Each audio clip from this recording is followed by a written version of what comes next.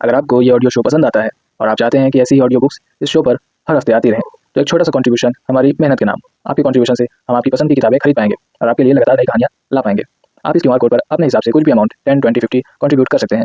आपको अगर कोई खास बुक चाहिए तो आप हमें ज़रूर बताएं। धन्यवाद। नमस्कार, मेरा नाम है एहतेशाम रईस और आप सुन रहे हैं दिव्य प्रकाश दुबे द्वारा लिखी गई आको बाको। Daddy I love you. कहते हैं कि किसी को उसके सपनों से समझना चाहिए। तुलिका के सपने हर महीने बदल जाते थे। कभी उसको समुंदर किनारे एक कैफे खोलना था, तो कभी बनारस में विदेशियों के हिसाब से एक ट्रैवल ग्रुप। अगले ही महीने उसको नौकरी करनी होती थी। 2 महीने बाद आदिवासियों के बीच रहना था। आदिवासियों के बीच रहते हुए ही उसको पहाड़ों पर घूमने भी जाना था। फिर पैसे खत्म हो जाने पर न्यूज़पेपर और मैगजीन के लिए आर्टिकल भी लिखने होते। देखा जाए तो अपने दोस्तों को एकदम सही करियर एडवाइस देने वाली तुलिका का खुद का हिसाब किताब उलझा हुआ था। लड़कियों के साथ उसको अच्छा नहीं लगता था। एक ही सहेली थी उसकी, वो भी उसकी छोटी बहन। वो बहुत जल्दी जल्दी नंबर बदलती रहती। पैर तो जैसे एक जगह ठहर ही नहीं सकते। दिल्ली आए उसको 2 हफ्ते हो गए थे। वो करीब 6 महीने बाद दिल्ली ये सोचकर लौटी थी कि इस बार करियर पर ध्यान देगी और साल में बस 2 हफ्ते घूमने का प्लान करेगी। दिल्ली की एक हाई राइज बिल्डिंग की बड़ी बालकनी में तुलिका अपने मोबाइल को लगातार स्क्रॉल किए जा रही थी। घर में हर एक चीज सलीके से रखी हुई थी। उसने कुछ 4-5 लाइन की एक रैंडम कविता अपने सोशल मीडिया पर डाली। लोगों के रिएक्शन आने शुरू हुए। आपको किताब लिखनी चाहिए, इतना अच्छा कोई कैसे लिख सकता है? ऐसे तमाम कमेंट आने शुरू हो गए। लोगों के कमेंट देखकर उसको कोई खुशी नहीं हो रही थी। उसने खींच कर एक फोन किया। बेबी, कहाँ रह गए? इधर से दबी हुई आवाज आई, यार, वाइफ की शॉपिंग खत्म ही नहीं हो रही। तुलिका ने हड़काते हुए कहा, नहीं आना है तो भी बताओ, मैं अपना कुछ और प्लान बना लूंगी। बोला ना, आऊंगा। तुलिका ने फोन काटकर संजोत को फोन किया। संजोत एक मैगजीन में सीनियर जर्नलिस्ट था। आखिरी बार किसी बात पर तुलिका की उससे लड़ाई हो गई थी। संजोत ने उसको मनाने की बहुत कोशिश की थी, लेकिन तुलिका ने बात करना बंद कर दिया तो कर दिया। तुलिका का अचानक कॉल देखकर संजोत खुश हुआ। संजोत अभी ये बता भी नहीं पाया था कि वो अभी ऑफिस की एक जरूरी मीटिंग में है। खाली हो? ना हाय ना हेलो। संजोत ने अभी ये कहना शुरू ही किया था कि तुलिका ने बीच में काटते हुए कहा, एड्रेस भेज रही हूँ, आ जाओ। उसने फोन रखकर अपनी टीम से कहा, एक इमरजेंसी है, जाना पड़ेगा। वो तुरंत चल दिया। रास्ते में उसने एक गुलाब का फूल, एक बोतल वाइन खरीद ली। तुलिका के घर का एड्रेस आ चुका था। संजोत से तुलिका की मुलाकात करीब 6 महीने में एक बार होती थी। जब तुलिका मुश्किल में होती तो वो उसको छोटा मोटा फ्रीलांसिंग का काम दिला दिया करता। संजोत और तुलिका की उम्र में काफी फर्क था। संजोत एक मैगजीन में सीनियर जर्नलिस्ट था। शौक के लिए साथ ही कभी कभी किताबों को ट्रांसलेट किया करता। संजोत सभी पुराने बड़े शायरों की बहुत इज्जत किया करता। अक्सर ही किसी बंदी को कोई शेर व्हाट्सएप करके अंदाजा लगाने को कहता कि कौन सा शायर है, और इस बात का ध्यान रखता कि शेर किसी बड़े शायर का ना हो, बल्कि किसी गुम हुए शायर का हो, जिससे पता चल सके कि उर्दू शायरी में उसकी कितनी गहरी दिलचस्पी है। मसलन एक बार उसने दिल्ली की एक उभरती हुई लेखिका को मैसेज भेज दिया, तुम राह में चुपचाप खड़े हो तो गए हो, किस किस को बताओगे कि घर क्यों नहीं जाते?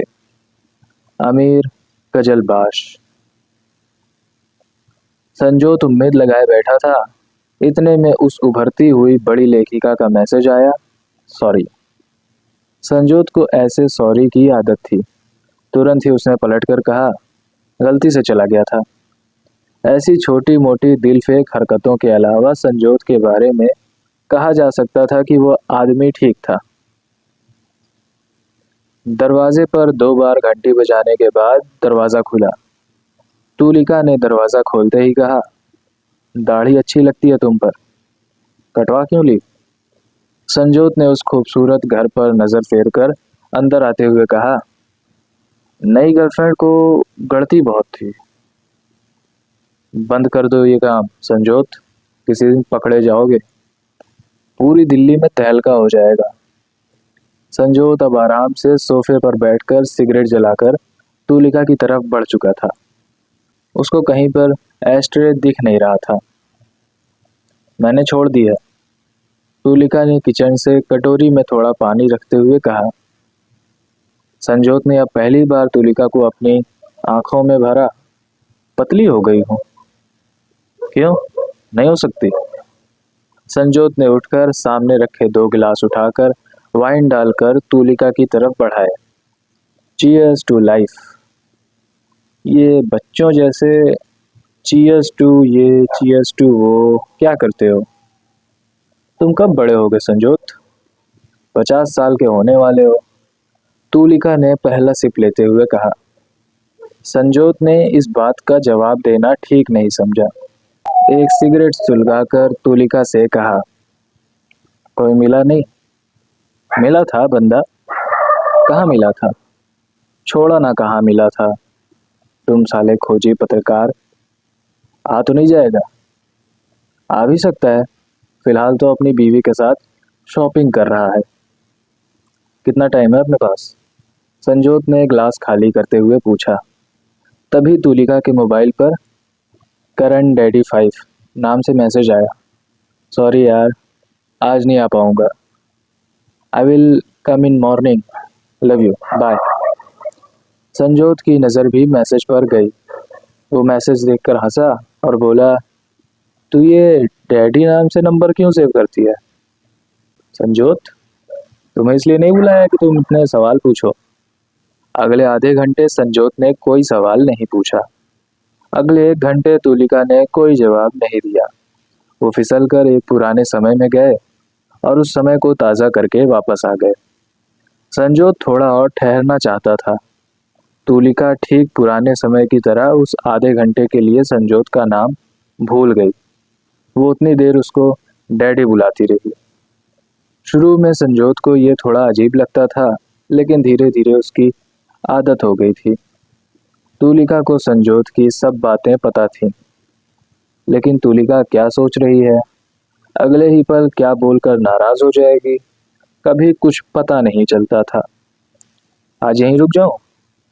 संजोत ने टीवी ऑन करते हुए कहा। उसने न्यूज़ चैनल लगाने के लिए रिमोट का बटन दबाया। टाटा स्काई चल नहीं रहा। अखबार पढ़ती हो या वो भी छोड़ दिया? तुम जैसे लोग हैं मीडिया में, ऐसा क्या छूट जाएगा अगर नहीं पढ़ोगी तो? संजोत अब तुलिका की कोई भी बकवास सुन सकता था, क्योंकि उसको उम्मीद थी कि वो आज वहीं रुकने वाला है। संजोत और तुलिका ने वाइन की बोतल खत्म करके समय को एक बार और ताज़ा करने की कोशिश की, लेकिन संजोत कुछ ज़्यादा ही थका हुआ था और वो ऐसी मुलाकात के लिए तैयार भी नहीं था। इतना टाइम मत करो, मर जाओगे, तुलिका ने कपड़े पहनते हुए कहा। अभी तो रात बाकी है, संजोत ने सोफे पर पड़े पड़े कहा। सॉरी, रात में नहीं, वो 1-2 बजे सुबह जल्दी आ जाता है। ये सुनकर संजोत का मूड ऑफ हो गया। उसने अपने आप को संभालते हुए कहा, तुलिका। तुलिका ने ध्यान नहीं दिया, तो संजोत ने फिर से एक बार कहा, तुलिका। तुलिका ने इस बार पहले से और कम ध्यान देते हुए कहा, बकवास शुरू तुम्हारी। ये प्यार मोहब्बत का नाटक करके बोर नहीं होते? संजोत ने पिछली बार की तरह सोच लिया था कि अब इस लड़की से कभी नहीं मिलूंगा, लेकिन वही बात है कि हाथी निकल जाता है और पूंछ रह जाती है, और बची हुई पूंछ पूरे हाथी को वापस खींच लाती है। तुलिका सोफे पर ही रही। संजोत जाने से पहले तुलिका को गले लगाने के लिए आगे बढ़ा लेकिन तुलिका उतना आगे नहीं बढ़ी। दरवाजे की तरफ अकेले बढ़ते हुए संजोत ने अपने आप को तमाम गालियां दी। वो दरवाजा बस खोलकर बाहर निकालने ही वाला था कि तुलिका ने कहा, कहीं घूमने चलते हैं। संजोत की 2 मिनट पहले दफन हुई उम्मीदें फिर से जिंदा हो गई। कब? कल। इतनी जल्दी? मैं तो कल चली जाऊंगी। तुम आ रहे हो तो बताओ कहाँ, कितने दिन के लिए? संजोत अब लौटकर सोफे के पास आ चुका था। मुझे पहुंचने से पहले पता कहाँ होता है कि कहाँ के लिए चली थी। तुम आ रहे हो तो बताओ, कहीं ना कहीं तो पहुंच ही जाएंगे। दुनिया बहुत बड़ी है। तुलिका अब अपने कपड़े सही कर चुकी थी। उस दौरान संजोत ने अपने दिमाग में सब हिसाब लगा लिया था कि ऑफिस में बहाना क्या मारना है। तुलिका ने दरवाजा आधा खोल दिया। ठीक है फिर। संजोत के पास ज्यादा सोचने का समय नहीं था। उसने चलने से पहले आखिरी बार तुलिका को गले लगाने के लिए आगे बढ़ा। कल सुबह प्रोग्राम कंफर्म करता हूँ। उसने तुलिका के माथे पर किस करने के लिए अपना चेहरा आगे बढ़ाया। तुलिका ने उसे झटक दिया। इतनी बार मना किया है, माथे पर नहीं। संजोत को फिर एक बार बुरा लगा, लेकिन आगे का प्लान खराब ना हो इसलिए उसने अपने आप को तुरंत कंट्रोल कर लिया। तुलिका ने दरवाजा बंद करने से पहले लिफ्ट आने का इंतजार नहीं किया। वो बाथरूम में जाकर बहुत देर तक अपने माथे को धोती रही। बाथरूम में जितने भी फेस वॉश थे उसने सब लगाकर अपने माथे को धुला। माथा धुलते हुए 30 साल की तुलिका 15 साल की हो गई। वो उस सुंदर घर से हटकर बरेली के अपने सरकारी घर में पहुंच गई जहां बाथरूम में शीशा नहीं था। घर में दिवाली के दिनों जैसे झालरें चमक रही थी। शीशे पर उसकी रोशनी पड़ रही थी। घर को देखकर ऐसा लग रहा था जैसे कि इस घर में नई नई शादी हुई हो। तुलिका और उसकी बहन एक कमरे में थे। उनके कमरे से सटे हुए कमरे में उसके डैडी और मम्मी थे। कमरे के बीच में एक दरवाजा था जिसके आगे अलमारी रखकर उसको बंद कर दिया गया था। दरवाजे के चारों तरफ तमाम अखबार लगाने के बाद भी पास वाले कमरे की आवाज इस कमरे तक आती। तुलिका और उसकी बहन एक दूसरे को ऐसे चिपका कर सोती जैसे आसपास कोई तूफान चल रहा हो, और अगर वो एक दूसरे को पकड़कर नहीं रखेंगी तो दूसरा उड़ जाएगा। घर में नई मम्मी की अभी पहली ही रात थी। तुलिका की माँ को मरे हुए कुल 6 महीने हुए थे। घर में खाली हुई जगह भर चुकी थी। खाली हुई जगह सिर्फ चीजों से नहीं भरती, नई महक और आवाज से भी भरती है। घर में एक नई महक थी। माँ की महक खो रही थी, जिसको दोनों बहनें सोते हुए एक दूसरे से लिपट कर बचाने की कोशिश करती थी। उनके आखिरी दिनों के कपड़े दोनों ने संभाल कर रख दिए थे ताकि कभी कभार उस महक में अपनी माँ को ढूंढ सकें। नई माँ बुरी नहीं थी, लेकिन ये दो लड़कियां अब इतनी बड़ी हो चुकी थीं कि किसी नए को अपनी जिंदगी में आने नहीं देना चाहती थीं। रात में पड़ोस वाले कमरे से आती हुई आवाजें इन दोनों को तब भी सुनाई पड़ती जब वो दूसरे कमरे में नहीं भी होती। कुछ आवाजों ने मन में ऐसा घर कर लिया था कि रोज रात में तुलिका को वो आवाजें सुनाई पड़ती। धीरे धीरे छोटी बहन ने आदत डाल ली, लेकिन तुलिका के मन में घर हमेशा खाली ही रहा। जैसे जैसे घर में नई महक बढ़ती जा रही थी, तुलिका की जगह कम होती जा रही थी। सुबह उठने पर पापा सबसे पहले तुलिका के माथे पर अपने होंठ रखते। तुलिका नहाते हुए घंटों अपने माथे को धुलती। उसको अपने माथे से नई महक आया करती थी। अपने माथे को धुलकर उसके माथे की महक कम कर रही है। अपने माथे पर परफ्यूम लगाकर वो सोने चली आई। सुबह जब करण घर पहुंचा तो उसको जली हुई सिगरेट के बचे टुकड़े वाली कटोरी के नीचे दबा हुआ एक नोट मिला। सॉरी, एकदम से जाना पड़ा। नंबर पर कॉल मत करना, मैंने नया नंबर ले लिया है। Thanks for being nice. इस नोट के नीचे उसने अपने होठों पर लिपस्टिक से निशान बनाकर रख छोड़े थे। बस की खिड़की वाली सीट पर बैठी तुलिका बरेली वाले घर पहुंची। उसके पास कुल मिलाकर बस इतने ही पैसे थे जितने में वो बरेली पहुंच पाती। वही घर जिसमें हर बार जाने पर उसकी जगह पिछली बार से कम होती। पापा की तबीयत खराब थी, बहन भी आ चुकी थी। घर में कोई भी पुरानी महक नहीं थी। छोटी बहन बाहर से पीएचडी करने के बाद एक कॉलेज में प्रोफेसर हो चुकी थी। जिस लड़के से वो शादी करने वाली थी वो भी साथ आया था। छोटे भाई का प्लेसमेंट एक बड़ी कंपनी में हो चुका था। छोटा भाई दूसरी माँ से था। तुलिका उसको बहुत प्यार करती थी। तुलिका की छोटी बहन अब वो तूफान की पुरानी रातें भूल चुकी थी। पिताजी भी उन दिनों को ऐसे याद करते थे जैसे पिछले जन्म की बात है। सभी के पास कुछ बातें, लोग, शहर ऐसे होते हैं जो पिछले जन्म के लगते हैं। पापा ने सबको अपने पास बैठाया। वो बड़ी मुश्किल से अपने बिस्तर पर हिल-डुल पा रहे थे। कमरे में एक वकील भी बैठा था। मैंने अपनी वसीयत बना ली है, पापा ने जैसे अपनी लड़खड़ाती आवाज में कहा। छोटी बहन ने काटते हुए कहा, कुछ नहीं होगा आपको पापा। उसने आगे बढ़कर पापा के हाथ को पकड़ लिया। उसकी आंखों में आंसू आ गए। छोटा बेटा और मम्मी दोनों चुप थे। तुलिका ने एक दो बार अपनी आंखों पर हाथ मला, ये चेक करने के लिए कि कहीं उसको भी आंसू तो नहीं आ गए। पापा ने वकील को इशारा किया। वकील ने बोलना शुरू किया। घर के 3 फ्लोर थे। तीनों बच्चों के नाम एक एक फ्लोर कर दिया गया। वकील अभी ये बोल ही रहा था कि तुलिका बोली, मुझे इस घर से कुछ भी नहीं चाहिए। पापा ने वकील को आगे बोलने का इशारा किया। पुश्तैनी जमीन और घर बीवी के नाम रहेगा, आगे उसकी मर्जी है, वो जिसको देना चाहे। वकील ने पन्ना पलटा। फिक्स्ड डिपॉजिट और गहने जिनकी कीमत होगी करीब 80 लाख रुपए, ये सब कुछ तुलिका को मिलेगा।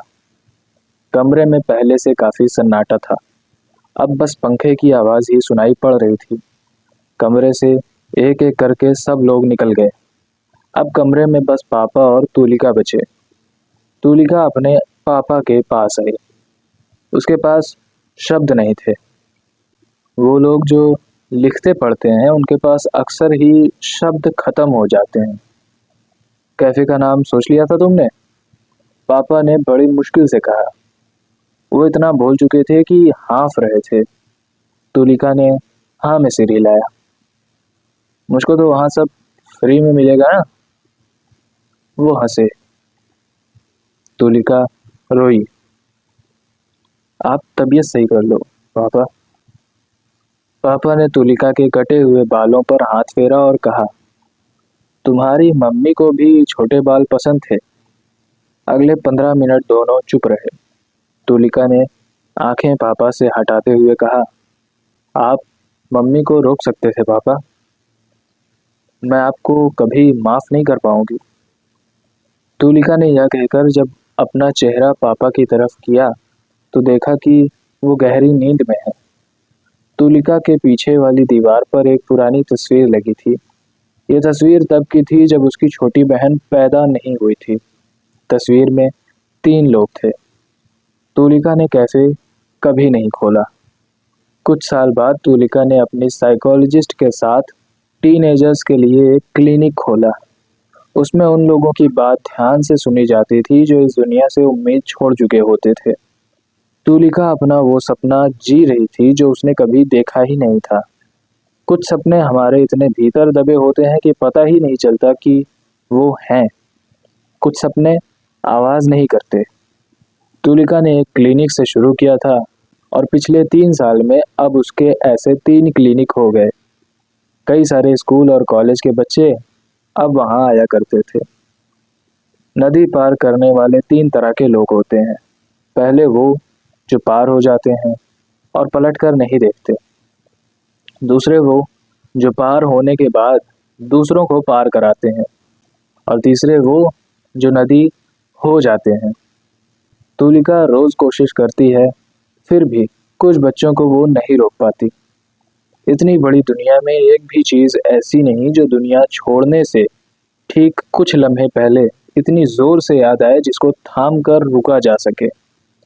ये बात शुरू में तुलिका समझ नहीं पाती थी, लेकिन फिर धीरे धीरे उसने अपने आप को समझा लिया कि अपनी जिंदगी से सभी हिस्सों की मरम्मत नहीं की जा सकती है। अंदर के कुछ रास्ते हमेशा वर्क इन प्रोग्रेस ही रहते हैं। तुलिका के हर क्लिनिक में मेज पर उसकी वही तस्वीर लगी हुई है जिसमें 3 लोग हैं। ये तस्वीर ही उसकी उम्मीद थी। तुलिका ने अपने हिस्से का घर कभी लिया नहीं। संजोत से अब उसकी मुलाकात नहीं होती। अपने पापा से उसकी बात मैसेज से होती है। वो उसको वॉइस नोट भेजते हैं और तुलिका जवाब में भी वॉइस नोट भेज देती है। पापा की आवाज़ एक दिन शाम से बंद हो गई थी। वो बहुत कोशिश करके भी कुछ बोल नहीं पा रहे थे। अपने पापा के होठों पर तुलिका ने अपना माथा रखा। उनसे ठीक वैसी ही महक आई जैसी उसको अपनी मम्मी के पास से आती थी। उनके होठों की ठंडक ठीक वही थी जैसी कि उसकी माँ की होठों की थी जब 15 साल पहले उन्होंने आत्महत्या की थी। अपनी दूसरी माँ को पकड़कर वो खूब रोई। उसने इतने सालों में पहली बार ही उनको छुआ था। उनके गले लगाकर रोते हुए उसे लगा कि पापा की सारी महक उनमें आ गई है। पूजा पाठ के बाद दिल्ली पहुंचकर उसने अपना मोबाइल खोलकर वॉइस मैसेज रिकॉर्ड किया। मैंने आपको माफ कर दिया डैडी, आई लव यू, और अपने पापा के नंबर पर भेज दिया। मैसेज भेजते ही उसने देखा कि घर पहुंचने की हड़बड़ी में वो देख नहीं पाई और उसने पापा का आखिरी वॉइस नोट सुना ही नहीं था। उसने उस वॉइस नोट को प्ले किया तो लड़खड़ाती आवाज में सुनाई दिया, माफ कर देना बेटा।